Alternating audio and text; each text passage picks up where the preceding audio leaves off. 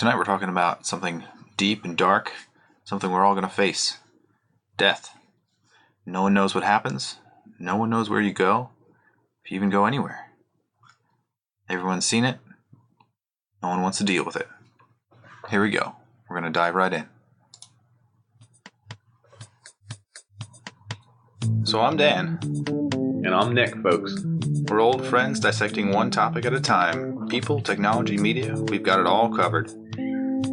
Each discussion here is a deep dive into our unique perspective. Taboo, forbidden subjects, they're all on the chopping block, baby. We don't pander to popular opinion. We might even get a little bit dirty. Warning, this podcast may contain mature language and sexual content, and is for infotainment purposes only. So join us. Have a good time. Open up your ear holes, because we're going to fondle your follicles.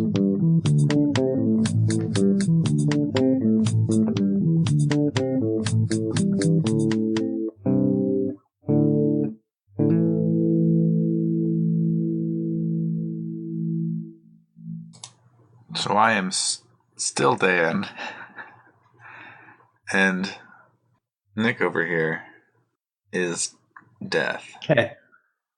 No, just Nick. I Just jogging. Just yogging late at night. So, yeah. Huh. We're going to do the big one. Yeah, the death one? We did touch on this one in previous episodes where we touched on religion and soul. Every episode. I did search death in like all of our previous episodes and it showed up like 4 or 5 times. So I'm pretty sure we talked about death quite a bit. But did we really talk about it? Not enough. New purple pen. Oh, like yeah, it's very colorful. I did the whole episode in purple. That's how I made death feel more beautiful today. Spray a little cologne on that sheet. A little glitter. Yeah. What's the podcast about, honey? Death. In purple. Oh, how sweet. So I researched death. Just like the definition of the term death. Mm-hmm. They're a metal band. And they actually covered Painkiller from Judas Priest. And it's wicked awesome. And really? their drummer is super fast. They do Voice of the Soul. That's a really good one with acoustic and electric guitars flailing around. They're death metal, though. But they're really awesome. Shout out Death. Huh. There was another definition of death I found. And it was like the act of dying. And I thought, whew, good. This is the one I'm looking for. This is it. Thanks, Wikipedia. Did you get any definitions? No, that's one of the curious things. Like, how do you know someone is dead? Is it weird? Do you know? Or anything. Have you ever... I mean, you've been in the presence of someone who died, but you didn't proclaim them dead. That's someone else's job. Right. But we knew at some point. I mean, I don't know if we knew when we knew. So the definition I got was the permanent ending of a vital processes in a cell or tissue is considered death. And I was like, okay, that's sort of goodish. So there's like 8 signs of death. Strong indications that a warm-blooded animal is no longer alive.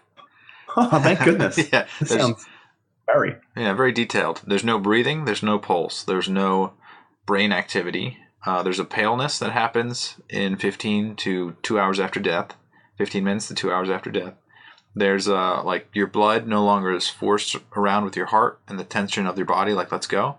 So all of the blood kind of settles to lower areas of your body. Usually your feet kind of get a little bit bigger and then distended. Purple. Yeah. There's a reduction in body temperature. There's no activity. There's a word for that. It's called algor mortis. Yes. The previous ones I mentioned, the paleness is pallor mortis. The blood in the lower extremities or liver mortis. Liver mortis, you're right, yeah. And then we talked about algor mortis and then rigor mortis, which everyone kind of knows about for some reason. It's the stiffness. It's like of the big body. joke because your wiener can get hard. I That's guess the big joke. The wiener can get hard, folks. Did you research this? I hope you researched penis after you dying. Oh yeah, this is like a daily thing. I've been researching this episode for years at this point. Yeah. There's a really dark joke in Clerks. I think it's pretty well done. Where she goes in the bathroom in the dark and the light bulb's out. No. Oh, well, she thinks her boyfriend goes to meet her in the bathroom, but the light's been out in there for a while. And there's a dead guy in there? Yeah, an old guy went in there and he wanted a magazine or something, and he had a heart attack and died on the commode. Anyway, she came in after the fact, and she comes back out, and she's like, "Oh, I can't believe we got frisky. How'd you get out here?" And he's like, "I've been out here the whole time." She's like, "Then who did I have sex with?" And then there's like a whole big scene, and it's like, I get it. Rigor mortis did it. Oh, yeah. Okay. But did you search? Sorry. Wait, is it actually possible? Does it actually happen? I imagine you could. I mean, that's what research necrophilia this people one. do. Well, FBI, here I come. I'm sure you could have sex with a corpse if you really wanted to. Like, are you emphasizing that you could? Yes. So there's a Wikipedia page called Death Erection. It's also called Angel Lust. That's good. That's Angel Lust. Get some angel dust, have a little angel lust, and call it a night, folks. I don't even want to know. A death erection, angel lust, or terminal erection is a post-mortem erection, typically called priapism. Priapism? Yeah, I've heard that term. Yeah, priapism. And you can ejaculate. Observed in the corpses of men who have been executed, particularly by hanging. Yeah, I guess because it's an asphyxiation thing, right? Because don't you get off more when you are choked? I guess so. I think it has something to do with the pressure on the brain, where like the blood is forced into your head, so like it causes your body to react erotically. Yeah, I guess so. I guess so. Yeah. And then the final sign that you've died. If you're one of the guys who has to take down the dude who's dead and has been hung, but like their waist high is right here, and you're like, you're trying to hold them up. You gotta grab the legs, and they're like whacking you in the forehead, and you're like, ooh. He's not dead. Put him back on. Put him back on. I'm thinking about like the mortician. Like, does the mortician have to deal with that? I mean, finish it? No, the mortician does not. Depending on, there's really upscale places where they will finish. Yeah. You know, if you pay enough. How much you pay? Did you know there's also something called a coffin baby? So a woman, if she's like at least like 6 or 7 months pregnant, and she passes. Because all the gases and everything else and your muscles relax, the gas can actually push the baby out. Like you will still give birth, even though you're dead. It's not exactly a common thing, but yeah. We kind of touched that in the vampire episode. Like the bodies will inflate and fill with blood, and then they'll cough up blood, like looking like they had just fed on something. So like vampires, that's the origin, is where the mouth is covered in blood like they just ate somebody. So the final one that you know someone has died is they start decomposing. Putrefying, I believe. Yeah. Putrefaction. Primordial ooze. Which we kind of touched on in a previous episode too. I think we did. Didn't we touch on how there's scientific studies that can tell how long you've been dead just by all these processes? Yeah, well, they use real bodies and they put them out in the open or in different situations, different scenarios. And they try to. We got here already. I did a little. If you're not in a grave, just a few days you'll start to decompose because all the bacteria and stuff out there. Yeah. Within 1 month, they're left with a, in quotes, scientific study, unidentifiable liquid mess. Yeah, you turn to ooze with bones, obviously, but like the organic matter turns kind of liquidy and messy and mushy and black and tar-like. This reminds me of something I read about someone who died in a bathtub, and like I think they had pictures of the person in the bathtub, and it was just like a soup. It was disgusting. I don't want to. If I'm gonna die, I don't want to die in a bathtub. In a bathtub, undiscovered for 8 weeks. Okay. Yeah, that's the worst way to go. Imagine his roommate who just kept ignoring it. Anyway, he's gonna clean the dishes or what? Yeah. Geez, it stinks in here. Yeah. So if you're buried, like in the ground, do you know how long it takes you to turn into a skeleton? Ooh, like just no organic matter whatsoever. I have no idea. If you're buried in the ground, 8 to 12 years. That's it. That's not very much, right? But how long was his skin gonna last? Just because it's not exposed doesn't mean bacteria aren't down there and everything else. Yeah. Huh. Do you know how long the average skeleton lasts? It's not as long as you think either. Average, not all of them. Some last Like longer. I'm gonna say like 10,000 years. 50 years, your bones start to decompose So they just in the disintegrate? ground, not in a grave. Exposed to Ground. Right, not in a coffin. Coffin changes everything. I'm just talking if they bury you in the ground, even if it's like 6 feet under. You don't got a coffin. You bury your loved one. 50 years later, you go. Do they have stats on like whether you're in a coffin? Like if you're in a coffin, I didn't. Like I couldn't find them because I don't know if a coffin is preservation. Really, I mean it's sealed. Probably. I mean, but how soon does it become unsealed and then it just becomes ground and water? I don't know. That's a good question. I'm not really sure. You probably I'll pay for that too. You can pay for all of these, folks. Yeah. I want to backtrack just for a second. So we talked about death. We give the definition. Oh, do you know how many people die a minute? I have a stat for every second. It's about 1.8 or 2 people per second. Yeah, we're in that range. It's actually closer to 1.2 or 1.5 the way this works out. I'm trying to do some quick math here. I got 108 people die a minute. You want me to do the math? That sounds about right for 1.8 times 1.8. 108. 108 a minute. That's exactly what I have. Oh, 108. 108 a minute? Yeah. Yeah. I had like, what was the stat? 55 million people a year in the world die. I had 56. Yeah, okay. That makes sense. Every year. Yeah. That's so. A lot of people have died since we started. We're in the 12th minute now. No. Oh, no. That's like 1,200 people have died. Metal have a death count up in our corner. How many people have died because of our podcast? Yeah, during this podcast, how many died? Because of the podcast. Maybe, yeah. We cause time to go forward. Yeah. And real quick, I just wanted to touch on something you probably already kind of touched on, but when they announce time of death for a person, they go by cardiac death.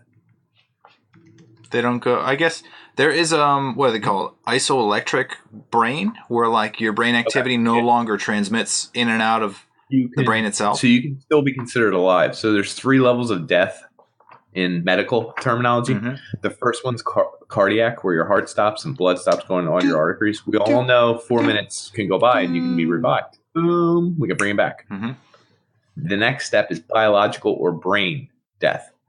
It's when your brain stops making its own electrical pulses to the heart. We can keep you alive with machines and stuff, but you're not really alive. Chances are you'll never come back, but once in a while, you can come back. It's extremely rare at the biological level. So I had and I don't think that's including a coma. But anyway, and the third one, just real quick, was molecular death, where you're so dead, all your cells are like, we're breaking down. We're going somewhere. We got stuff to do. I'm turning into bile. I'm turning into this. I'm turning into this. We have to go. We're busy. So I read some... No one comes back from that. I read some really weird research that said your cells don't die when they're deprived of oxygen. It's when the oxygen is reintroduced that they die. So I started reading about reperfusion.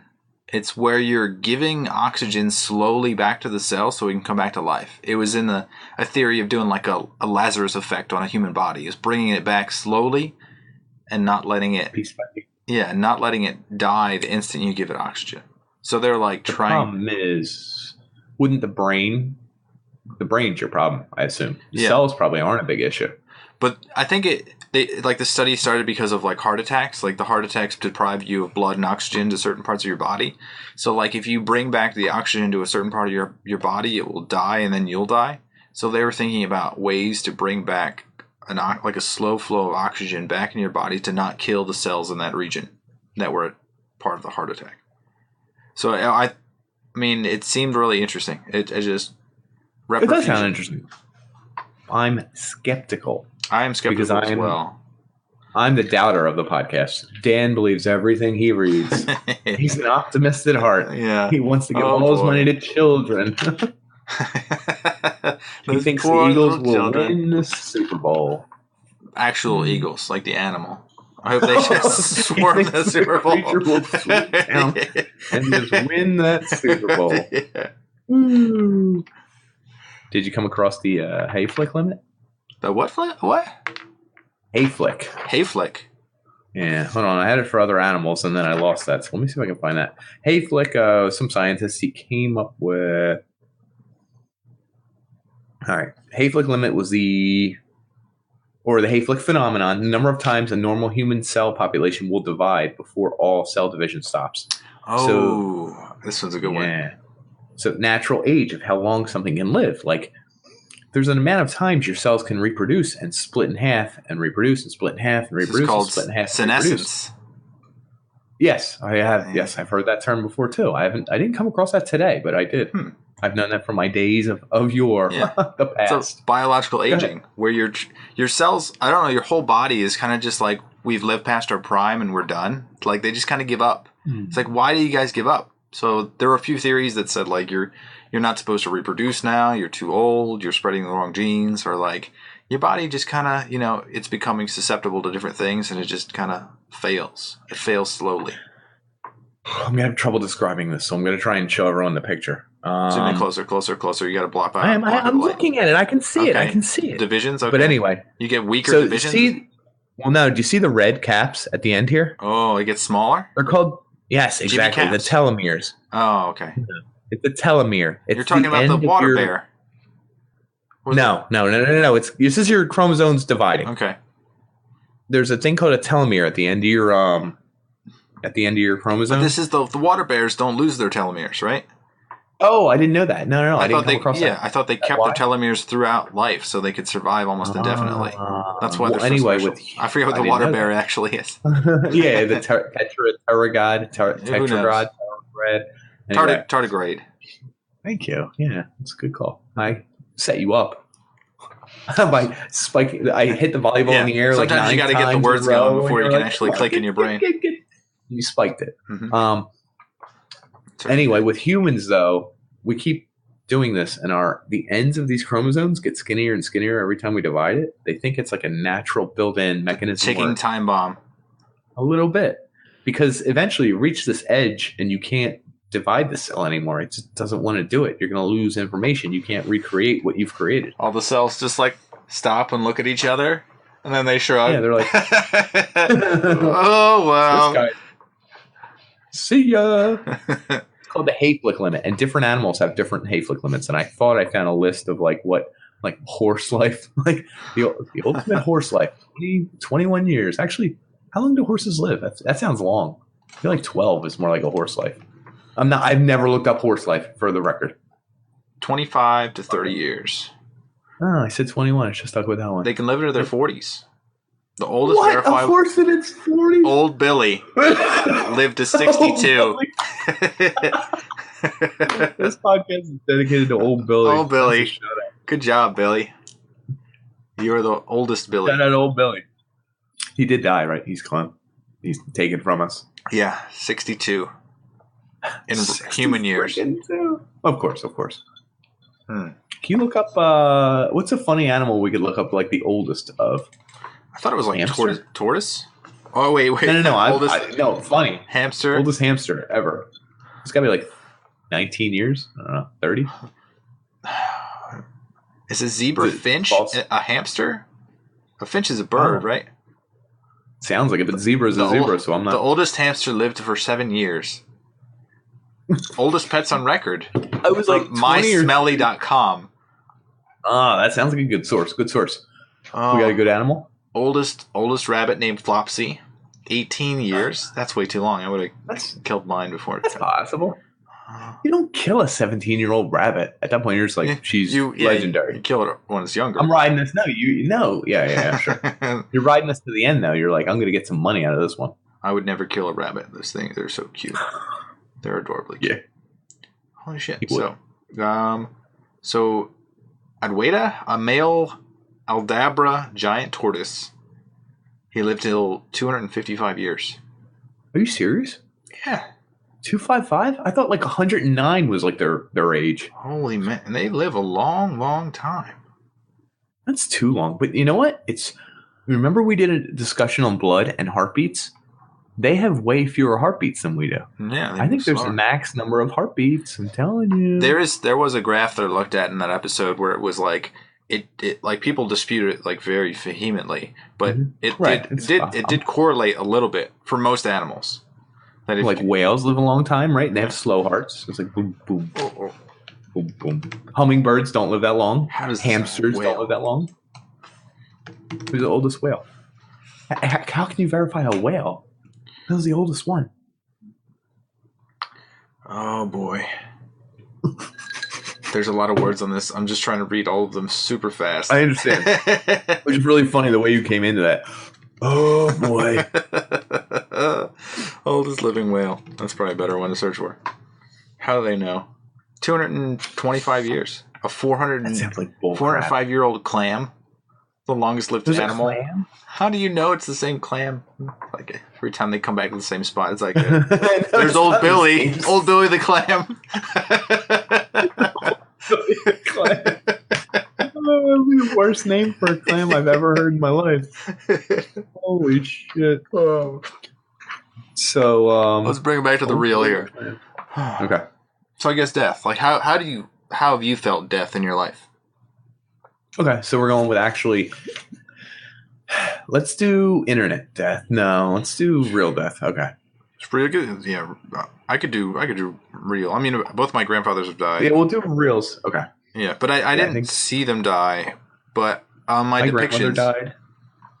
I saw her die, and it was weird because I don't know when she died. I'll say because it was like our whole family, not our whole family, but like her daughter and her son, aka my dad and my aunt, and then my mom and me, and we were all there, and we were like in a circle because we knew it was happening because she had lung cancer.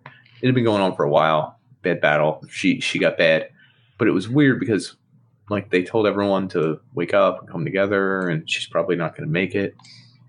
And you don't know when they die because she did something called.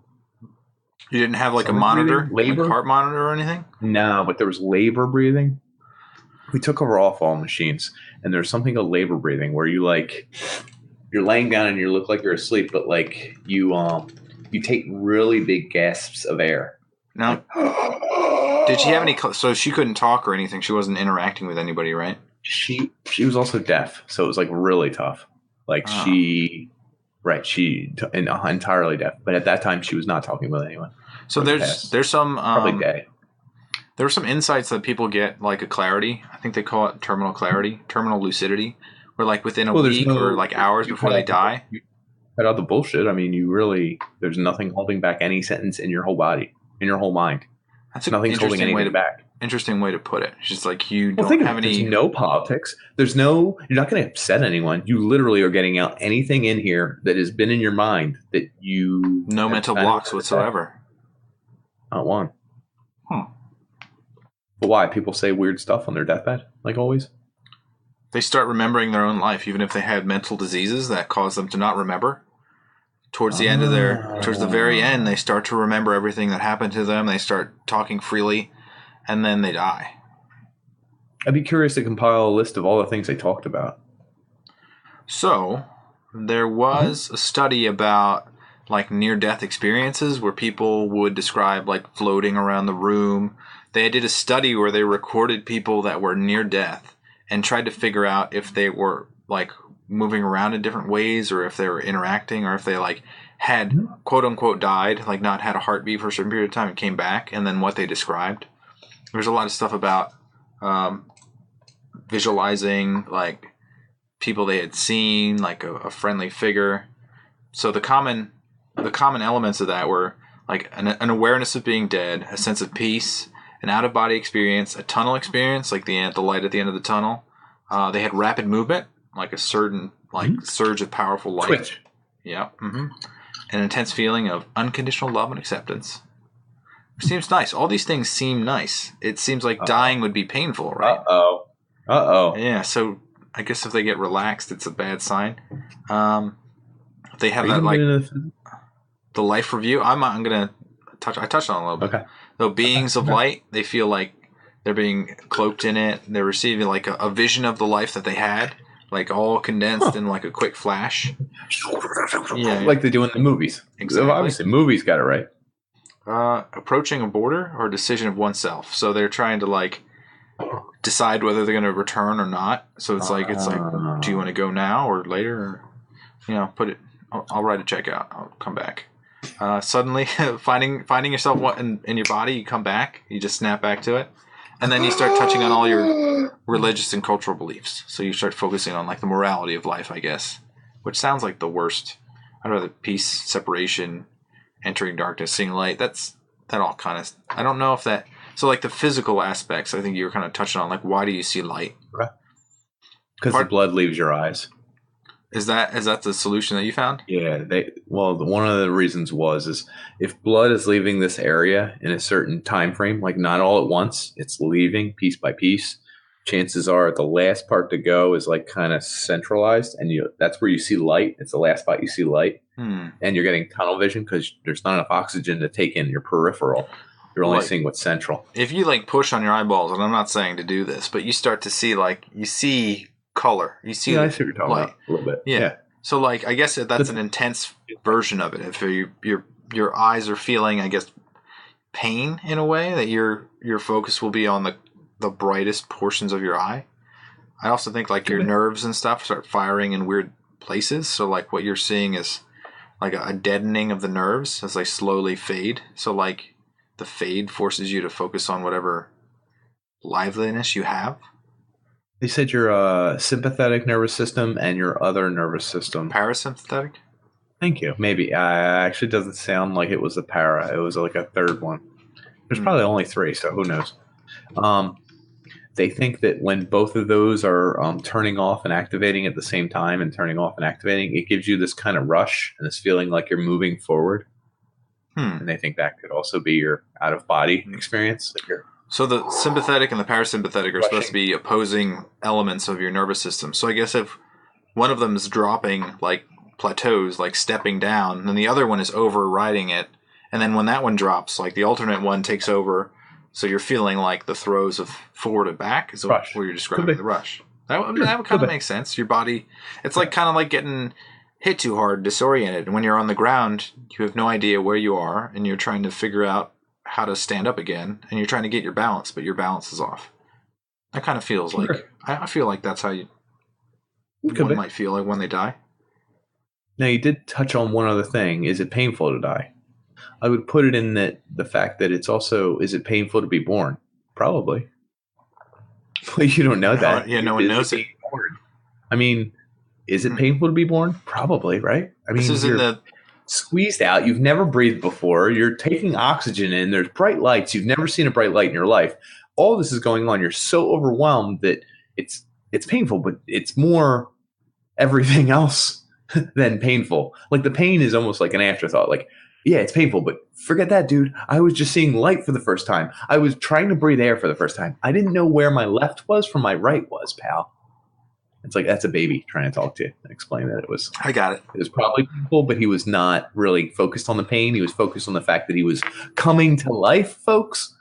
Same for dying, probably. It's probably painful, but who cares? You're dying. There's bigger issues than the pain of dying. Do you know what I mean? Yeah, you're touching on epistemology, which is like the study of what people can know. It's like the things that can't be known are, there's no way you could verify that this is what the afterlife is. Because whoever comes back from that, they were completely impaired. There's no way to tell that this person's experience is the same as this person's, and that's definitively what happens. Same thing when a baby's born. A baby can't tell you that, holy shit, that was one hell of an experience. That was wild. I saw this, and this. It's like no one ever. Do not go in there. Yeah, I do not want to go back in the next 12 years. Ace Ventura 2 scene? Yeah. Yeah. Slide out of that rhino anus. Yeah. Or Danny DeVito out of the couch. When you think about it. Yeah. But Danny was a better shaped individual for that scene. Oh, boy. Such a good scene. I agree. So back to your grandmother. Way to segue. Oh, sorry. No. Just I don't know that she was alive when she was taking labor breaths. If that's what they're called. Where you breathe in for like 18 straight seconds, which is weird. Like you breathe regular, difficult breathing that occurs at the end of life frightens most people. So there's a weird. Yeah, so you could. There's weird. Like a weird kind of like abnormal. Well, breathing. She was breathing inwards for like 8 straight seconds. It's not like one. It was this. but like she was asleep, like she was not awake. So like we would see this, and we are like, was that it? Like I thought that was called the last breath. I was only like a teenager, and I saw it, and I was like looking at everyone, like, is this it? And then like literally 2 minutes later, she would breathe out and do it again. They say that it's the fluid around the lungs that is forcing your body to fight like the pressure because your body, I guess your body doesn't have the strength to do it. When it collapse, it wants to just collapse, but your body's pushing outwards. Yeah, so the deep inhale is breathing like a fish, they say. Like a fish just... Yes. Look like a fish breathing, yeah. Anyway, at one point she did one and everyone in the room was quiet, and like it went for like 5 minutes and no one talked and no one did anything. And the same way I discussed how it's like when someone's born into a room, it's weird. You don't think of this until it happens, but there are like 5 people in a room and suddenly there are 6 people in a room. And there's no word to describe that feeling. It's like, it's like notification on your phone. Yeah. You insert 4 quarters into a machine, and all of a sudden a new character arises. But it's the opposite. It was like there were 6 people in here, but now there's only 5, and it's so weird. And it was, I mean, because it's my grandmother, it was the saddest thing ever. But like, and I see my father and my aunt in pain, but at the same time, from just a visual and like living it perspective, it was like something disappeared and will never be back. It's weird. It's like kind of dark, kind of deep, kind of. Yeah. I thought about this a little bit. I saw something really important here. I just saw something so important is what I thought. Like I saw something monumental, and it was the end of an entire life, which is weird. I don't know.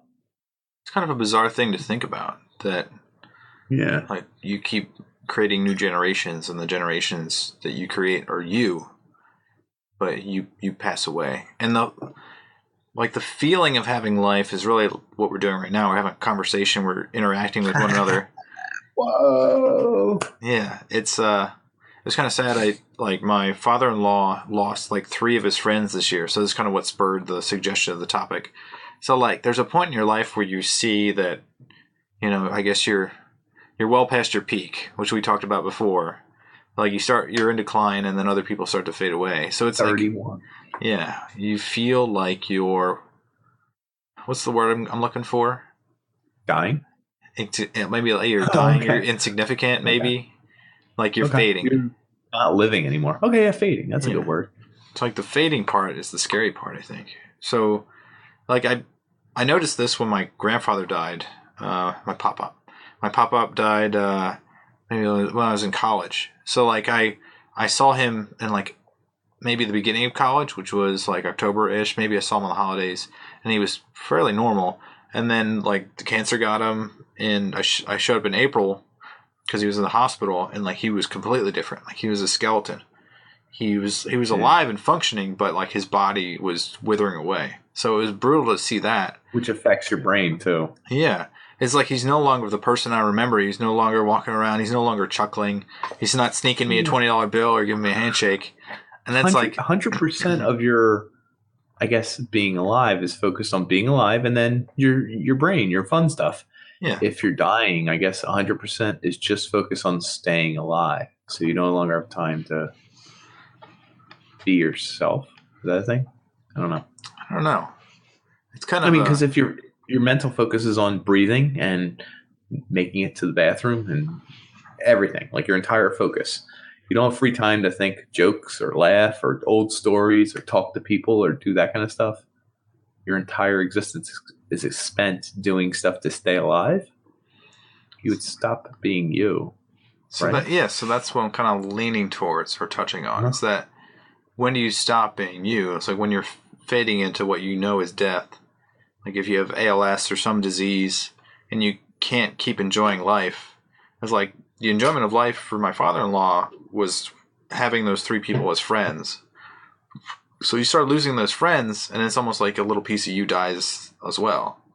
You can no longer talk about the stories that you remember between yourself. And I guess I'm going to go into like, what do you want to have happen when you die? Like, how do you want to go? How do you not want to go? What would be like the optimum thing, and like how would you want your body to be at that point. So there's like a bunch of questions in there. Yeah, I got you. We're gonna come back to this at the end also. You got something? Okay. Because that's like no. I'm not even gonna avoid the question. I just know it's coming back at the end because this is kind of how the episode ends. I can already feel it. But to answer your question quickly, without getting too crazy, it's Tuesdays with Maury, except that it's called Wednesdays with Nick. Mondays and Thursdays with Nick.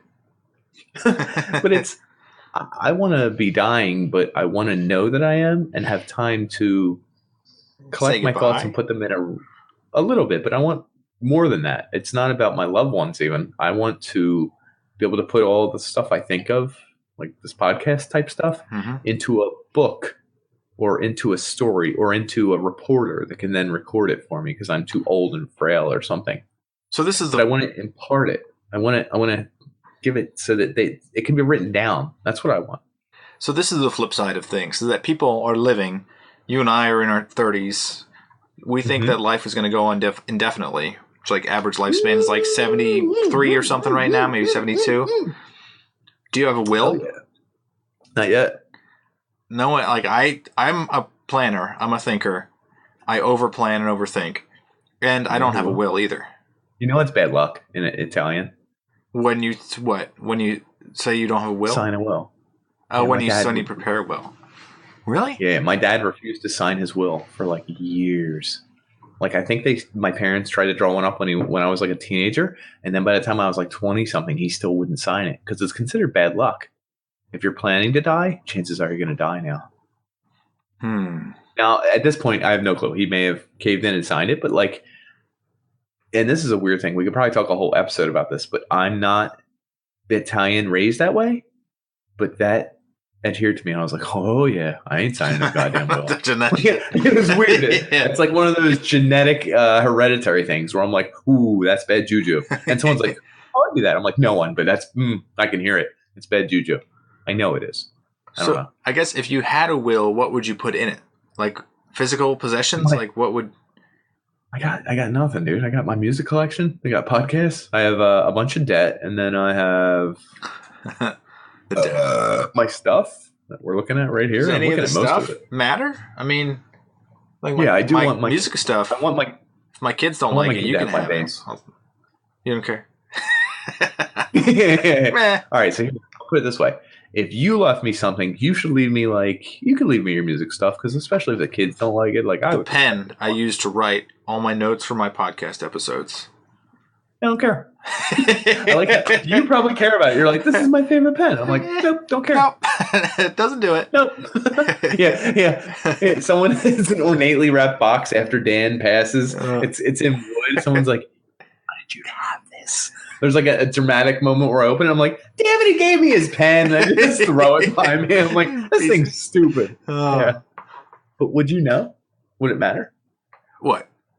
If I died I did that with a pen. No, I'd be dead. I don't believe that I'm watching you secretly from behind the grave, being like, son of a bitch, he threw away my pen. There's a quote. I don't remember what movie or TV show or whatever it is. And it's like, after we all die, do you think we have the ability to whiz around the universe and look at stars being born and every aspect of time and space? Do you think I really come and watch you to make sure you're talking about me 10 years later and wearing my favorite hat? And he's like, I guess not. And he's like, jackass, and he disappears or whatever. And it's the point is that even if our loved ones did go on and die and could hang around the earth, they probably wouldn't care to. Yeah, there'd be so much to see. All right, why would they be like, yeah, let's hang around? All right, before we get there, because this is how the episode ends. Last but not least, let's talk about the Grim Reaper. With his scythe. Yeah, a little bit about. Can you do the sound with your mouth? Is that the scythe sound? That's better than mine. I was going with. I don't know. That's pretty good. Anyway, real quick. Well, you want to touch on this at the end. Reaping the dead. Top 10 causes of death in the world. All right, cool. Top 10 causes of death in the world. And this accounts for 54% of all the people that died in 2016. 54? That's over 54%? half of the world. Yes. Of the world died from these top 10 causes. Dun, dun, dun. Ready? Okay, I have a different list, but go ahead. Was yours? Mine was from 2016 study. Mine has 12 leading causes of death in the United States. Maybe the world is different. Yours is United States, dude. That is different. Seriously, Yeah. think about it. It's very different. Yeah, The world is involving third world countries. Crazy place. Okay. Heart disease. Mm-hmm. Number 1. Stroke was number 2. You get that? Really? Where's stroke? I don't know if stroke. Okay, stroke is number 5 for me. Dude. I had to scroll down.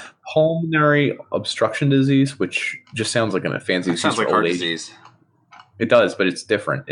There's a heart disease that's Ishman's heart disease. I forget what it was called. Oh, that's what. I think that's just your heart. If I don't know it already, I lump it together with something I already know. That's what I do. That's us from pandering. Yeah. A lower respiratory disease. Yeah. I got number 3. Cool. Cancer. That's 4. I guess most people don't die of cancer in the world. They don't. Isn't that weird? Because they never get there. Because we're a first world country. We keep our people alive too long. Number 5, Alzheimer's and dementia. not really, but no. Number 5, Alzheimer's, dementia. 6, trachea, bronchus, and lung cancers. Oh, so 1 cancer made it. Somewhere. 7, diabetes. Diabetes, same for me. You didn't get to 8 accidents yet? 8, road injuries. Road, as in driving, motor? Just motor. Automobile? Mine lumps accidents into like unintentional falls, motor vehicle, and unintentional poisoning deaths. That's why yours was higher. Poisoning deaths, holy crap! Poisoning was like number 1 actually, because it's like it involves like alcoholic poisoning, drug overdose, and medicine. Interesting. Drinking bleach or something. I don't know. Who cares? But good lord. Yeah. Here, number 9. I still don't know what it is. Diarrheal disease. That's like doesn't malaria do that to you, where you just keep pooping until you die? That's what happens to like South African countries, is they get malnourished because they can't keep it in. It's number 9. Number 10, tuberculosis. That's 54% of the world died because of that. Yeah. No, I don't think there's a cure. I think like even in the health center I worked in, we had signs to know if you had it or if it's, you should look into treating it, I believe. I don't think there's a cure though. There's a treatment. I don't know if there's... See? What I just said. God damn right I did. I wanted to dispute you, but I couldn't. Damn it, internet. Give me the facts I want. Give me my own echo chamber. Did you want to get into your list? Sure. It followed which is closely. Probably fine because you're United States, right? I like the bullet. So the United States. Heart disease, which people live their entire lives eating shit. The terrible foods. Well, they don't exercise. You also think, but they call heart disease, and like if a 92-year-old man dies overnight in his sleep, do you know what they contributed to? What do they call it? Priapism. No, they do not call it a priapism. Priapism. I think they call it. I think he died of heart complications. Isn't that what they say? So like, when there's if your reason? Breath gives out in the night, I guess that's heart disease because he no longer beats. That's why I think it's such a high. That's why I think it's such a high number. I could be wrong, but that makes sense, right? I could understand that. And what else could you call it? You can't call it old age. You can't call dying of old age old age. Do you know what I'm saying? You would call it senescence. Is that a thing? That was the biological aging. You definitely changed your pronunciation of that word like 4 times during this episode. You call it like senescence earlier. I don't know. Senescence? You should. Senescence? I don't know. It's going to come up in the keywords. That sounds better. Okay. Cancer is number 2, which is like 22%. Respiratory disease. This is small numbers, so now it's like 6%. Respiratory disease, accidents, which I lumped all those together. Stroke, Alzheimer's, that's a lot. 4% of people die of Alzheimer's in the U.S. I read that the world is number 4 or something. That's scary. That like your body can slowly shut down. They consider dementia too. Okay, I don't know that this covers. So I was reading a little bit about ALS, Alzheimer's, and like most of them onset. If you're like familial, it's like somewhere in your 50s. If it's non-familial, it's somewhere in your 60s. But if it's a familial genetic thing that occurs early in life, they call it junior Alzheimer's. It can start when you're 25. Jesus. So you can start dying of Alzheimer's when you're 25. It's like 1% of cases or something. But I thought that's awful. Like your body's still very much has so much vitality to it, and Alzheimer's takes Well, it. no offense. You could get hit by a car tomorrow. I mean, you're over 25 now, right? You're saying you could die in any which way, and it'd be awful? Yeah. I think Alzheimer's would be the worst. Tuesday with Morrie, if you haven't read that book. I mean, you've read that book, but if the listeners haven't read the book. Is it ALS? What? Is it ALS he dies of? Yeah, he dies of ALS. Okay. Or Lou Gehrig's I never read the disease. book. I just know I want to. Had to say. I did read the book. Yeah. I know. Thank you. Diabetes. Lou Gehrig's disease. Then influenza, pneumonia, kidney disease, suicide. Suicide is number 10. 1.7% of people in the U.S. die of suicide. Okay, I could do it. We're going to do a whole episode on this because I think I wanted to write a book like this. We're so healthy. We keep ourselves so alive. We do so much to keep the human condition alive that I think there's a blowback that wants to die. Is that weird? Or it becomes more prevalent in the causes of death? Because maybe it's just like a natural element of the society causes this number of people, and then once you eliminate all the other causes, you can't prevent people from killing from damaging themselves. It's like smoking, eating awful, and it's the same thing. No, but I don't think that's considered under suicide. But I see what you're saying. Okay. Yeah. But I also think, do you know suicide memes are like on the rise, and like this generation, like just under our age group, is like suicide is like I want to die is like the funniest sentence, but also like a statement of regularity. I've not seen this at all. Are you serious? Yeah. So people who are like 20 to 25, like I want to die is like their favorite thing to say, and it's tongue in cheek for the most part, but they're dealing with. Literally, any minor inconvenience happens in my life, my brain says suicide. I want to die. Yeah. It sounds funny, but I think it's going to lead to increased suicide rates in general because there's also two things that lead to suicide more than anything else. Loneliness, which is a detachment from actual human connections, and we kind of already headed that way. I see that, more and more every day. That's already headed this way. And two, the fact that there's such a disparity between the wealthy and the poor that there's no way out of your situation. So I think a lot of people will head that way. I didn't want to get into that this episode, but yeah, you can't protect people from themselves. It's a weird thing. Also, the standard of living is pretty high right now, and people don't see it that way. And it's a shame that because most people don't have hot water, they can't, feed themselves. Drink. They can't, they don't have any free time. Yeah, all the other countries in the world have much worse issues than we do, and we don't see it that way. We can't get out of free time leads you to overthink your situation too. Yep. Anyway, moving on to. I have 11 and 12 here. Oh, what's 11 and 12? Sorry. Septicemia, which is blood poisoning, which is. That's actually legit. I know 3 people who died from that in the past 3 years. Yeah, at one point they took a blood culture of my son, and they said he had septicemia. Apparently, on your skin there are a whole bunch of bacteria that are absolutely awful for you. That. Yeah, so you can suck in part of the bacteria that's all over your body that can kill you if it's inside your blood, and it will show positive. So it took a few blood screenings for them to say he doesn't have that. He's okay. But your son's terrible. He's going to die. Yeah. Other than that, everything's good. Oh, by the way, it was a bacteria reading on the surface. Sorry about that. Yeah, it takes 24 hours. So in that period, my wife and I were not having a good time. Not having a good time. And then chronic liver disease and cirrhosis. I think that also comes from hepatitis and then abuse of alcohol. Drinking. Yeah. The fatty liver thing. The what do they call that? When you hardened. They have duck livers. What are they called? Duck livers? I'm gonna drive me nuts. Pate? Pate? Is it pate? I thought pate was a smeared meat. That's liver, I thought, but I mean, I don't know where you're going for. That's what it was. Foie gras. Foie gras. Yeah. Foie gras. So they purposely fatten the ducks so that their livers become extra fatty, and then they kill them when their livers are so fat. And then I never had foie gras, so it tastes better because it's pure fat or something. I don't know. Who cares? I believe it. I mean, I don't.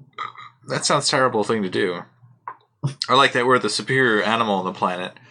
Oh, Here, Dan, we're going to force feed you some corn until you get so fat that we want to kill you and eat one of your organs.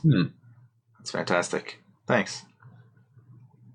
So, okay, I don't know where we're going with that one, but we need to change direction. I was going with Grim Reaper. I'm sorry. Okay. Why does he have a scythe?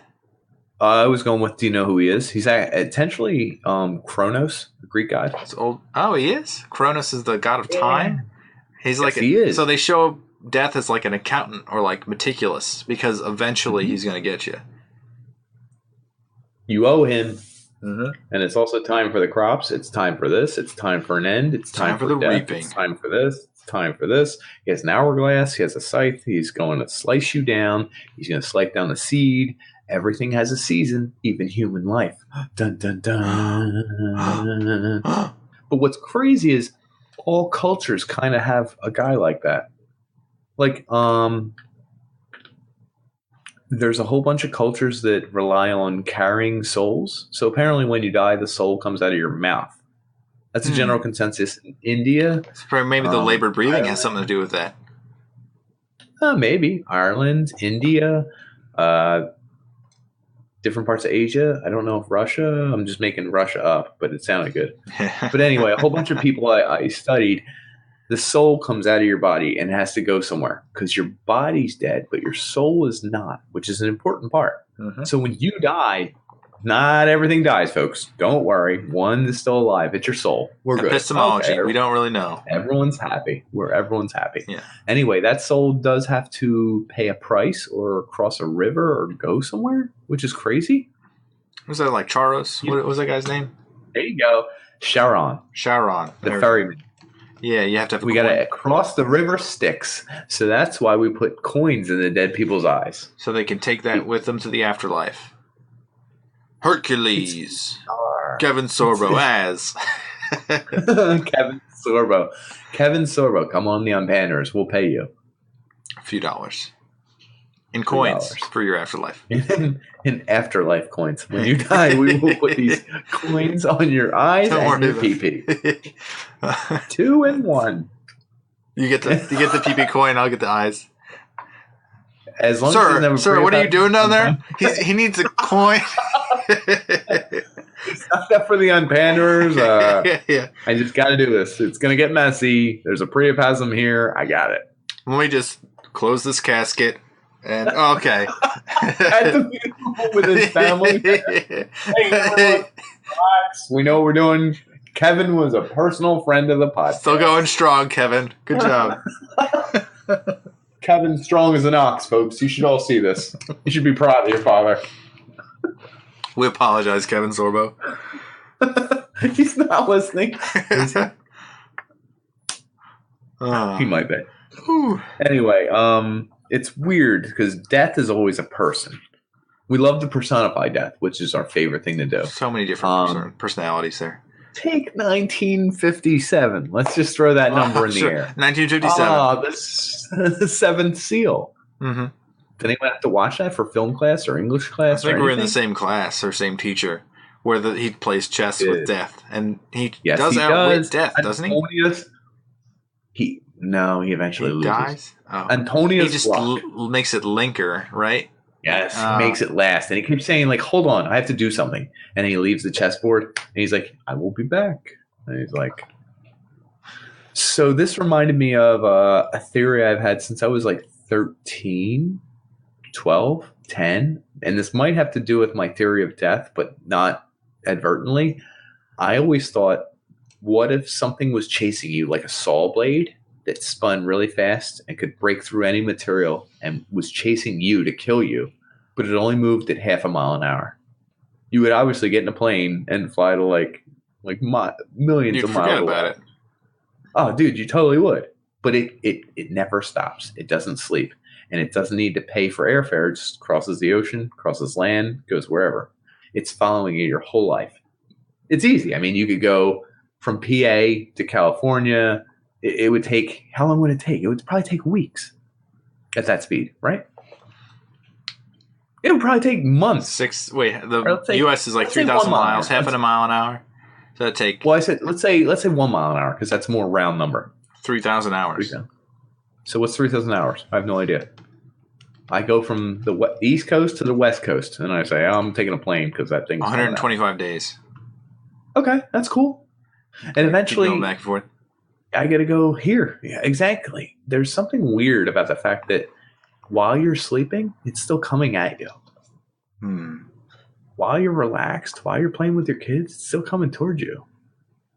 While you're flying around, while you're doing whatever you're doing, eventually you can't outrun it forever. It's so weird because it's scary, but it's not scary. It moves at 1 mile an hour. Jesus Christ, I can walk away from it. Do you know what I mean?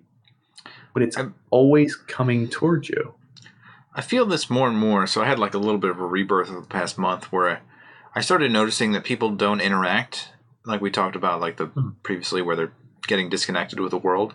There's so many people that just like the way they live and don't care about anybody else. It's just a weird way to live because you could live a better life if you started interacting with more and more people. So I started interacting with more and more people and finding that most people don't care. Most people don't give a shit. It's kind of a weird way. Yeah, because like if you're running out of time and you don't have enough time on this earth, I feel like the things that matter are the people that you've made connections with. What else is there, really? We came to the last page, folks. We're at the last page. Oh. That's what you did to me. Oh, I did. So what up? Funerals. Do we talk about funerals a little bit more? No, go ahead. So the people that are in the casket, like my pop-up, looking at him, you know, it's not him. Like the life force is completely gone. His body has changed. All those blood's changed. Yeah. All those characteristics have changed. So there's like a form of embalming, which seems weird, like saying embalming. As you think about how does it work? Yeah, I actually didn't do research on embalming. I just kind of know that you do it so that the putrefaction, etc., doesn't happen. But I don't know. Yeah. So how it works. They're trying to kill all the bacteria in your body and denature proteins to essentially freeze your body. So they do different concentrations to make sure that you don't decompose. So there's maybe 8 things here. So they add a preservative. They do a water conditioner, a cell conditioner. They add dyes, something called a humectant. It restores tissue to a more natural and hydrated appearance. So this is a weird version of science, right? It's a way of bringing people back from the dead, but only in physical appearance. Makeup. It's death makeup. Yes, it's very strange, but it's body death makeup because it's also cosmetic only. I mean, you're not doing this for any other reason, right? It's cosmetic, just so you can show the body. Okay. So I thought this was more interesting than I previously had thought. So of 55 million people that die a year, there's 5 million gallons of what they call embalming fluid, and the rest of them are anti-endemic chemicals, disinfectants, extra water, and then cavity fluid. So it's like ways of making the body look like it's still alive. And so many religions actually condone this. They say, we want people to view the body and make a connection with it, not like it's dead, but like it's still alive, so they can have closure. Weird. So there's twists to this. Is that there's somebody that was a dentist. I'm going to say, Martin Van Butchel. He wasn't getting enough foot traffic for his dentist business, so his wife had passed away, and he thought, I'll just pump her full of all of these embalming fluids so that I can preserve her and put her on display in front of my store. Vsauce said no one had ever embalmed a human. This happens all the time. We do this for funerals. You said like within a few, a day or two, but people's no bodies. One's taxidermied a human. It said in the episode. Are you telling me he essentially I know it's taxidermy, but it's a little different, isn't it? It's dark, yeah. So, is this taxidermy essentially for humans? It is. They do this for. I know Russian leaders and like other like prominent figures. They make sure that their body is almost like plasticized, so that like so many people come to see, and like if Putin were to die, you'd like bow before his plasticized embalmed corpse to say goodbye to him. It's like they would keep him embalmed long enough for everyone to see him and say goodbye. So like this has happened before with I think there was a British leader, one of the earlier kings, and Churchill? What's the list? I don't know if I could find it in time. But here you go. Here, I found it. Lord Nelson. His body was preserved for 2 months in brandy and spirits of wine. He mixed with camphor and myrrh, and the body was found to be in excellent condition and completely plastic. So they essentially soaked his body in alcohol so that other people could find him and show him. Is this what happens to the people pronounced sainthood? You know how their bodies stay intact for months and months and months?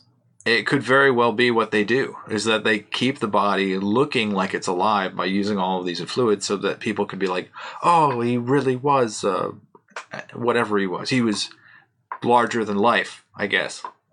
Right? I guess. I mean, I don't know what to say otherwise. Yeah.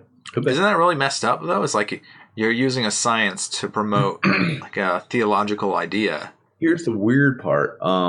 Judaism says you can't have tattoos on your body.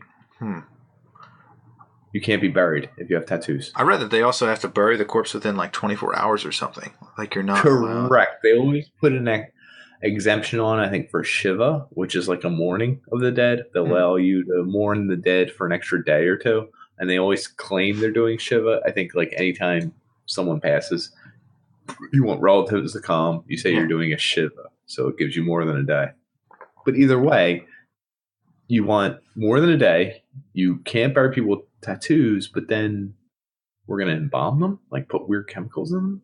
Yeah, you're essentially making sure you're pumping them full of all this weird stuff. And in the olden days, like you know, like mummification and all that sort of jazz that the Egyptians used to do. The jazz, baby. The Egyptian jazz. The Egyptian jazz. We call that the Egyptian jazz. I love that. Do you know what they actually did for embalming people? No, what did they actually use? I know they used a hook to pull the brain out their nose or something garbage like that. That actually wasn't as common, but yes, they did do that. They would pull out the brain and they put it in a jar. They would do that for all the other organs too. They'd pull out all the organs, put them in jars so that they could stuff salt inside of the body. And the body would then lose all of its moisture so they could preserve it longer. And then they'd put the jars back in the body and stuff you in a sarcophagus and say, boom, you're good. Could you do that? Could you do that to a person like doing a podcast? While they're doing a podcast? What? Oh, I don't know. Maybe, is that a very salty drink?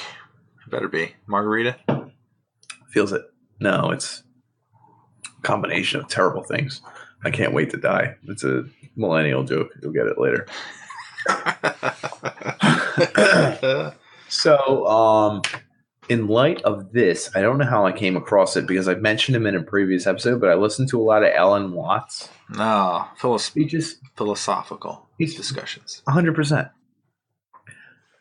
But he's one of my favorite I almost said philosophers. Yeah. Yeah, that was right. You're right. Philosophers. Yeah. Damn it. Philosophers. Yeah. Do you know why I pulled you over? I don't know, philosopher. Can you tell me? He has one called Acceptance of Death and Meaning of Life. Oh. And what he essentially says is that death is a natural process, and so is life. I mean, all species go through this. All animals go through this. All plants go through this. The seasons go through this. Everything ends. It turns. There's like a turning of death falling over, life turning this way. And everything keeps turning in the same direction. But it's essentially, the way I looked at it is it's the same coin. Death is on one side and life is on another. If you let it sit, the coin just sits there. But if not, you flip the coin. You're moving. You're moving forward. You're moving. There's a forward movement that I think was beautiful, the way he described it. Well, the way I took it. Where was I? Are you going to go to like... Oh, sorry. I was getting to like what existence is versus isn't. And it was like real deep and like super deep. You got it? Okay. Existence. I mean, does existence last longer than a moment? And I was like, fucking no. I was like, literally, as he asked that, I was like, what kind of stupid question is that? I was like, so then he said, if existence lasts in a moment, what does it matter if you're alive or dead? What does it matter? Because the moment's passed. Right. Well, no. But if you're in a moment, it doesn't matter if you're alive or dead. If you're in a moment, it doesn't matter. The passage of time is what makes life and death important. Right? Yeah. You can be alive, you can be dead. It doesn't really matter if everything was frozen in one moment. You're if saying everything that was you moving can, forwards, yeah. if your life is a life well lived and it's full of moments, then death doesn't matter because you've experienced life? Is that what you're getting Kind at? of. I mean, because those moments still exist.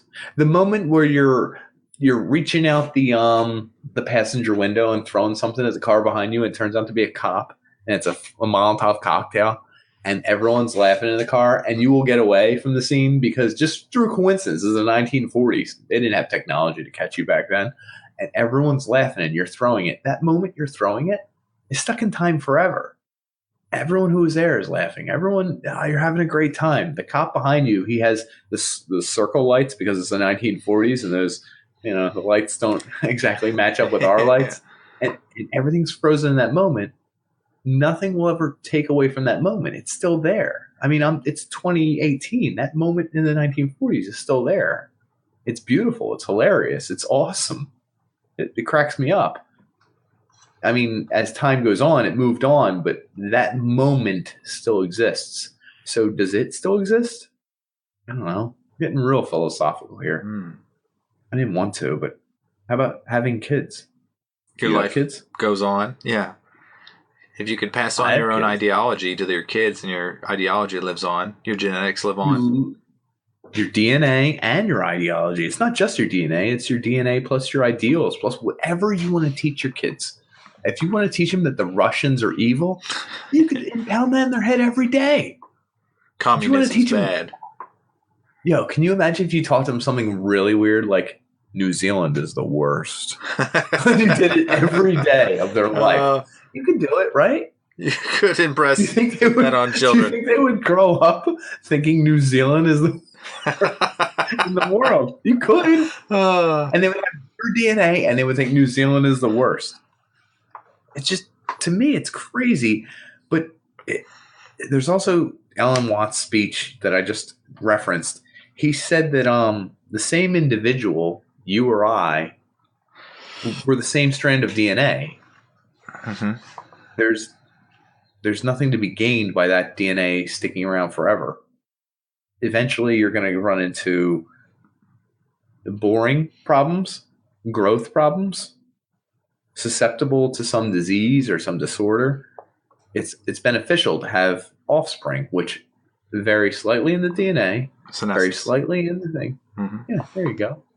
It's like we're passing on ourselves, but like a more adaptable version. And once you do have kids, like once you do this, strike forth. I know, forever be it. But once you do this, your children or they're experiencing life in a whole innocent, beautiful way. He says, like, the way I look at trees, it's like, this tree is garbage. It needs to be trimmed. It's been here for too long. It's shadowing our pool. I hate it. I got to trim it. The way a child sees a tree is like, this thing is beautiful. I can't believe it's alive. And there's something unique and new that a child sees in nature and everything around it that we don't anymore.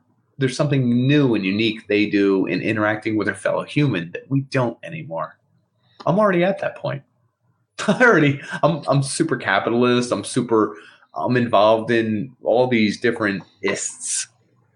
But a child isn't. But that child has my DNA, has my intelligence, he has my ideals. So really, we're setting him forth to go forward. Me? I'm a little bit old news. I don't know. Yeah. He says it's the whole point of being alive. And it's a little sad, but a little bit like, yeah, that's word. You get a little stale. Life gets a little stale. Because nothing we do, me and you, will ever equal like being like 8 and discovering a new video game and like, or a new game you can play with your friends, or like anything. There's something overjoyed. So new. I don't know that we can be overjoyed. We will never be overjoyed, right? Very rarely, and not to the extreme that children are. Right. And is that the point of life, I guess? See, now we're getting to life more than death, but That's why I need to bring it back to like burial. Like what do you want to do with your body? I want it burned. Jesus Christ. So you funeral pyre, you set it off on a river and someone shoots an arrow. None of that survives. You don't want organ donation or anything. I'm an organ donor, so they can have them. I don't care. I don't know that I am. I fear that they're going to take him out too prematurely. Yeah. Wait, he was in a car accident. I'm fine. I'm actually really good. I have a bump on my head. He's unconscious. We need to take his organs. Put his kidney back in. He's alive. I'm like, no, I need that. You only need one of them. I'd like both. What if you were like, no, I'm fine. I can hear you guys. And they were like, he's going blue. We got to take him. He's going blue. Someone punches you in the face. Yeah. They're like, we got to take these organs. We need them now. He's going to die anyway. So you want to float off on a flaming pyre down the river to crash into another boat and maybe catch it on fire and do stuff. Sure. Yeah. That would be so metal. Why not?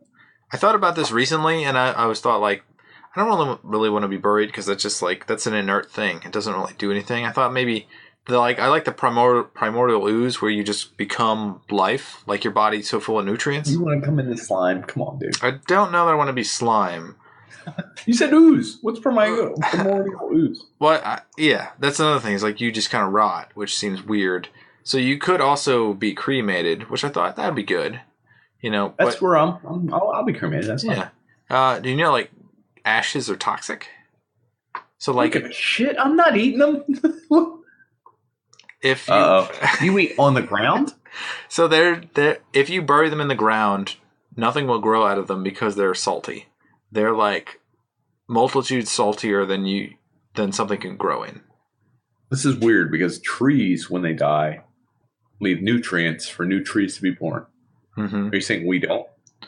If you're cremated and all your essence is concentrated into one little vial, then that vial is like all sort of toxic to living things.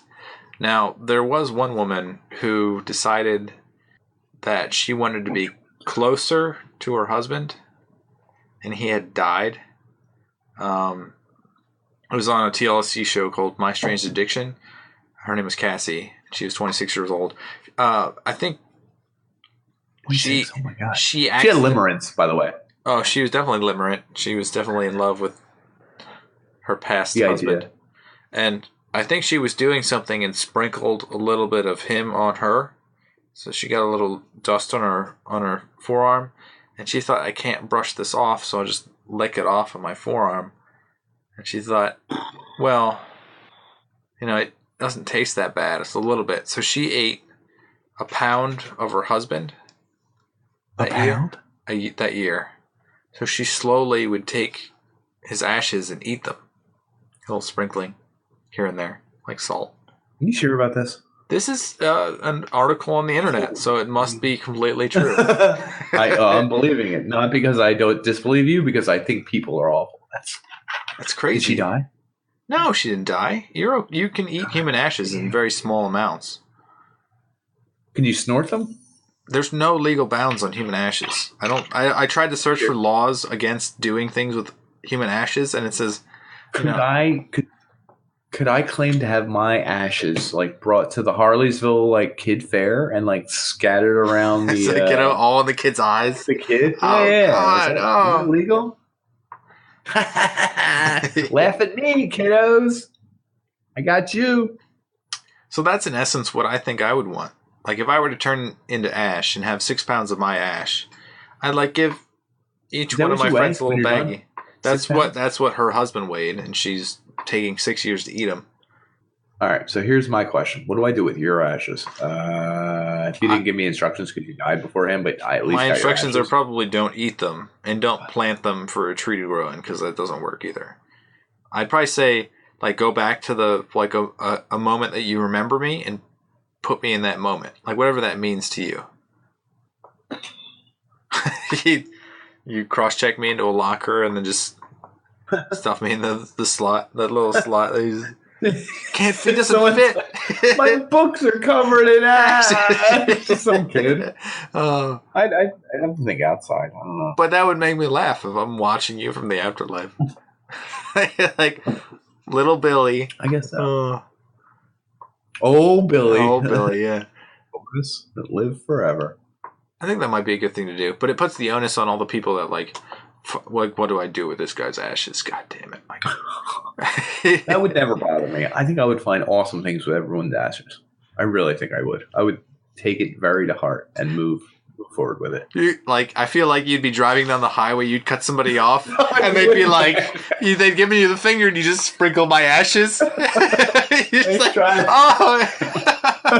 Nice try, pal. Hope your convertible closes in time. This is on Pander Day, coming at you live. No, I'd find something good. I mean, I'm fairly respectful of the dead. You could do that with my ashes. It's okay. It would be really funny. So you might be all about it. Damn! He crashed. There's like a plane going, like some huge car accident. I got my funeral pyre. So, another Alan Watts thing, which ties into this, is what if we could live forever, right? He weighed two things. Highlander. One, what if when you died, you live forever? You can watch everything going on. You can talk to your loved ones. You can see anyone else who passed. Like heaven. A little bit like what's heaven? Let's say on one hand we have heaven. It's possible. Sure. Mm-hmm. On the other hand, you kind of just stop to exist, but your molecules or atoms go back into the earth or the space or the sun or whatever, and they kind of become other things. So part of you works together to become a mushroom. Like, great, good on you. You're a mushroom now. I don't know. Likelihood, if you live forever after you die, aren't there like really good possibilities that you're going to get tired of loving someone? Bored. Get tired of your loved ones? Get bored of being alive?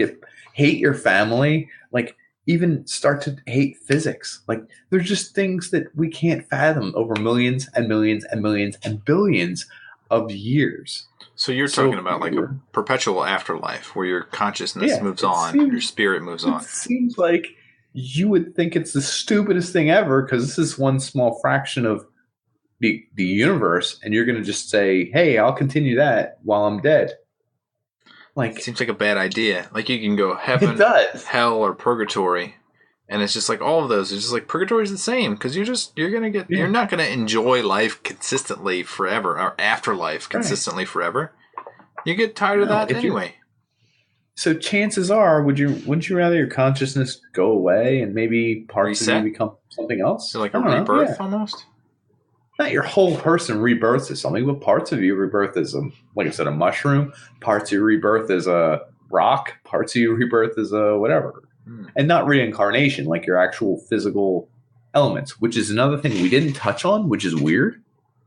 Did you know, like, scientists are not sure if they should classify rocks as alive, mitochondria as alive, cells as alive, because all these things exhibit some of the symptoms of life, but not all of them.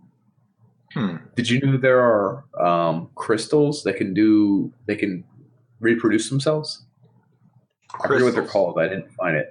I said crystals. It's some kind of rock that can reproduce, but that's like lifelike, but they don't exhibit any other signs of life. There are certain creatures like viruses. They can reproduce and do whatever the hell they want, but they need a living cell to inhabit to be alive. So what is alive? What the hell is alive? We don't even know. Did you know there are cyanobacteria that inhabit dead cells? They need a dead cell to find. They get inside of it and they bring it back to life, and boom, they're back in business. They need like a dead cell to bring back to life. So is that cell alive or dead? The way Kyrgyzstan, who's our favorite video podcast? I know. Kyrgyzstan? Kyrgyzstan? No. You stop saying it awfully. It's Kyrgyzstan? Kuwait. Am I saying it right? Kuwait? I know. Not at all. I don't know why you keep saying it. It keeps interrupting my Kyrgyzstan. That's what I said. Kyrgyzstan. Like anyway, Kazakhstan. They do it. Yeah, the video Kazakhstan over there. That was the one. Anyway, they did a video on what live and dead is, and the real good point was that all of the molecules that make up living cells and dead cells are the exact same. Things that make up your cells are all inanimate, dead objects. They just happen to be arranged in a certain way and move a certain way where we call it life. They turn disorder into order. So they find disorganized things and they organize them. They use energy. That's life to them. These same elements are in inanimate objects, dead things. What distinguishes the two? Because the elements are the same. And when something dies on this side, the elements don't change. Same molecules, same photons, same everything. So what's life? What's death? And then if we go further, is all matter in the universe alive until dead? Or is all matter in the universe dead until it's alive? We don't actually know. It's a damn good question. That's all I'm saying. Lastly, I was going to read the physics eulogy, which is like kind of dark, but pretty good. Good. It's the one thing. Let me see. Mm-hmm. What didn't we touch? Would you like to touch? So there's two things. There's that woman who ate her husband's ashes. That's also a common thing. I don't think it's cannibalism at that point. Cannibalism. I don't think it's ashes. Because it's not dead flesh. Thing, right? Yeah, it's not flesh. It also I don't think it gives you nutrients. But there's an Amazonian tribe called the Yanomami who do the same thing for people who die in their tribe. They mix it with banana paste and then eat it. Eat it? So apparently we pair well with banana. And I guess if you had life, like if life was literally like a government form and it just said like you have a bunch of checklists, like did you go through adolescence, puberty, mature, did you get married, have kids? Like once you're done with a checklist and you sign off on it and you die, how quickly would you go through that checklist? Would you linger? Would you going to be like, I'm going to write something like, sorry, do all sir. of them but one? Yeah, hold on to the last one. Hold on, I'm doing one more. And just keep waiting to do whatever the first one was. I feel like there's some people that would like to get to the end and just be like, checked out, done. Alan Watts said that even if we could choose when we live or when we die, who alive would ever choose to die? It just would never come up. You'd always postpone it. He said that's a part of being alive, not wanting to die. And I was like, yeah, that's true. You imagine we're like, yep, you can die whenever you're ready. Everybody would be like, well, let's hold on. Oh, hold on. I got to do one more thing. Oh, Jesus. This time is up. Jesus. Oh, hold on. Holy smokes, folks. Forgot one thing. So there's like a physics joke that I want to read, like to end this. All right. If you want a physicist to speak at your funeral, this is what he would say. You want the physicist to talk to your grieving family about the conservation of energy so they will understand that your energy has not died. You want the physicist to remind your sobbing mother about the first law of thermodynamics. No energy gets created in the universe and none is destroyed. You want your mother to know that all your energy, every vibration, every BTU of heat, every wave of every particle that has ever beheld in her beloved child remains with her in this world. That's beautiful. You want the physicist to tell your weeping father that amid energies of the cosmos, you gave as good as you got. And as one point, you'd hope the physicist would step down from the pulpit and walk to your broken-hearted spouse there in the pew and tell him that all the photons that ever bounced off of your face, all the particles whose paths were interrupted by your smile, by the touch of your hair, hundreds of trillions of particles, raced off of like children, their waves forever changed by you. And as your widow rocks in the arms of a loving family, may the physicist let her know that all the photons that bounced from you were gathered in the particle detectors that are in her eyes. Oh my God. And that those photons created within her constellation of electromagnetically charged neurons whose energy will go on forever. You can hope your family will examine this evidence and satisfy themselves knowing that the science is sound, and they'll be comforted to know that your energy is still around. According to the law of conservation of energy, not a bit of you is gone. You're just less orderly. Aaron Freeman. And really, it begs one question. In a way, all of your molecules, all of your energy, all the things you've done and affected have still happened. Right? You're still causing and affecting things that you probably don't even have a bearing on. Can't even perceive. Exactly. Not at all. Could happen for generations, for dozens of years. And while people like Pander Dan would like to make that effect super direct and like, I have a list of demands. You should do this in the future. I have an organized path. You have demands and orders. You should do them in a certain order and make them a certain way. I'm going to architect it. And people like me might say, please remember all these cool things I said. It doesn't matter. Watch every episode of the Unpanderers. That's my eulogy. What we did, but we will be remembered in some way, and we affect the future in some way. It might not be the way we want or the mannerisms we want, but I think on that tone, social media is going to turn real dark real fast. All these people are still there, but all of them are dead. Like in another 50 years, the originators of, I'm going to take duck face selfie. She's going to be gone. It's like, that's what people will remember, the duck face selfie, if that picture still exists, which it will. Is that what you want to live on?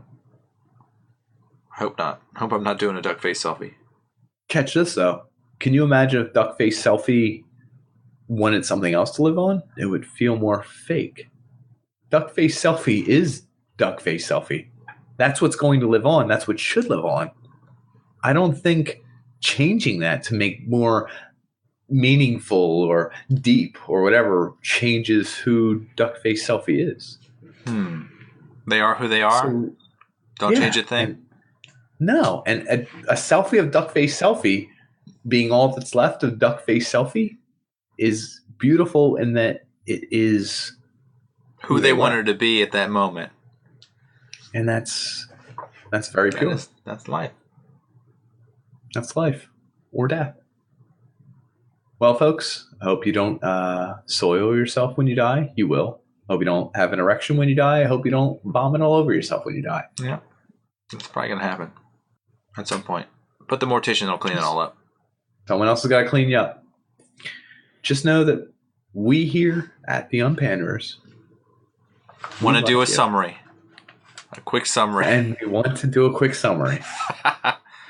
So what's your summary? So of every human that ever lived, about 100 billion of us have already died. So it's not a big thing. A lot of us have already died. 55 million a year. Keep dying. Senescence. What's your will? How would you like to die? What about your organs? Donation, embalming, fluids, burial, cremation. Spewing everywhere. Oh, near-death experiences. Your relatives. Embalming your Martin Van Butchel's wife. Get some foot traffic in there. Birth. Yeah, some coffin birth in there. Coffin birth. Your spirit. Oh, did you know you can turn your ashes into a diamond now? They found a way for you to live on indefinitely. I don't know how I feel about that one. They can really force them that cubic zirconia kind of diamond. I feel like you would live on beyond what you wanted to live on until you'd be like, come on, can the diamond can't believe disappear? They're still married. I want to die. Let's put the two diamonds together. They can touch in Afterlife. Banana paste. Very delicious. Rebirth, heaven, hell, purgatory. That sounds good to me. Would you eat your wife's ashes? No. That probably doesn't taste very good. I forgot about gibbeting. So, like, we talked about the respectful version of death. And there are certain versions of like thieves or people who do cruel things. So a gibbet or a gibbeting, like the act of putting someone on a gibbet, is hanging them up and then making sure that everyone sees that this person did something awful. So like bad guys. Yeah, like always bad guys, never good guys. Obviously, I think Jesus Christ, when he was holding his cross, there were a bunch of people that were gibbeted. Essentially, I don't know if being on a cross is gibbeting. I don't know if it a little bit. It's sort of it's the same sort of thing. That's the whole point of the cross. So I guess so. It's the whole showing of what you did wrong. So in a way, there's an essence of respect, and you hold their ashes and you say, "Oh, blow into the wind and be free." And there's the other one like, "This guy was a piece of shit. Let's just watch him hang. Just let him go." So human beings are fickle like that. Sometimes we care, sometimes we don't. Sometimes we make an example of people. Love and hate, that's life and death. Alan Watts, baby. It's everything. Oh, what? Sorry. And we love you. We like you. We like you a lot. We're not going to give it yet. Before you die, donate to our Patreon. Donate to our funds of. I don't care. Actually, we don't. Either way, we're going to be fine. I'll see you in hell. I'll see you in hell, folks. Because hell's real.